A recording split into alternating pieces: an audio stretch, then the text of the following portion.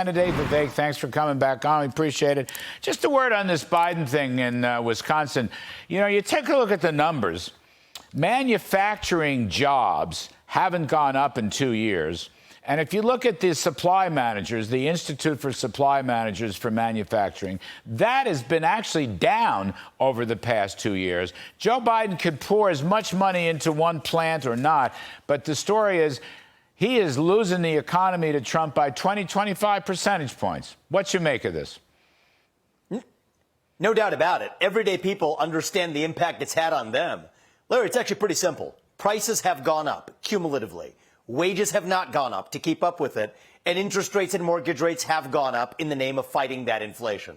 Everyday Americans, no matter what Bidenomics nonsense they're fed, understand the impact of that in their everyday life. And I do think those are the two top issues. It's not a culture war issue. It's the economy and it's illegal immigration. And by the way, that issue of illegal immigration, that border crisis, is part of the economic crisis in this country. So those are two sides of the same coin. Those will be the two issues that decide this election, and they will decide this election, I believe, in favor of Donald Trump, because his record completely puts to rest Joe Biden's record, which has failed Americans in the meaningful 4 years. Well, let's stay with the immigration theme, Vivek. I riffed on it at the top of the show, and I think it is crucial. Maybe for the moment, it's out of the spotlight because of these anti-Semitic campus riots and so forth. But you're quite right. It is absolutely crucial. All the polls show it. Now, Jody Arrington, the chair of the Budget Committee, just said it's costing at least $150 billion so far, and that number is rising. And Mr. Biden, you know, rumored 4, 5, 6 weeks ago he was finally acknowledging he could take executive action, and maybe he would, but he has not done a single thing, Vivek. And so the cost, the criminality, the violence. By the way, as you may know, the data is now showing that foreign-born workers, illegals, are taking jobs away from native-born workers and lowering wage scales and so forth. What you make of all that? It seems like it's getting worse, not better. Oh, it's getting worse, and it's getting worse fast. It's not just the economic impact, Larry. It's also impacting our national identity, our national morale. A nation without borders is not a nation. But here's the good news.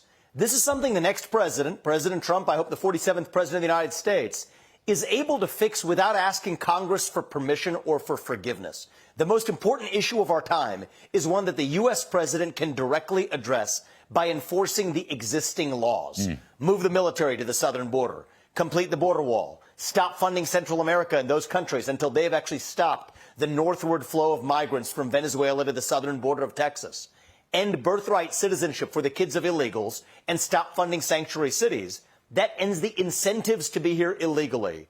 And then, yes, it is logical. It is not racist or xenophobic. It is purely logical that if we have had the largest influx of illegal migrants in American history, then we need the largest mass deportation of those illegals in American history. That's going to help the economy, actually, but it's also going to help our national morale. And a replacement for Biden and a Department of Homeland Security that actually does its job instead of undermining the law is a great way to revive this country. And I'm confident President Trump is going to do it. Well, you know, today's Wall Street Journal, Jason Riley wrote again about this. He mentioned Eisenhower's operation. He mentioned actually Ike, who was Ike was a great man, but he was a moderate Republican. He was not a hardcore conservative.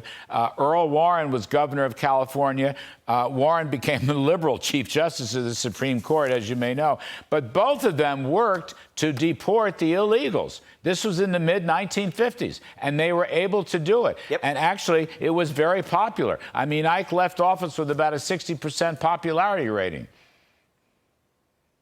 Sure. And you know what? We did it before. We can do it again. If you look at recent surveys, even the last couple of weeks, 42% of Democrats, I'm not talking about of independents or anybody else, 42% of Democrats say that they support mass deportation policies, as do a majority of Americans, because they understand we're a nation founded on the rule of law. So shame on Joe Biden, shame on Mayorkas for turning their back on the rule of law. But I think with the new administration and the right people in charge, starting with President Trump at the top, we're going to do it. All right. Thank you, Vivek Ramaswamy. We always appreciate having you on the show. Take care. Good luck.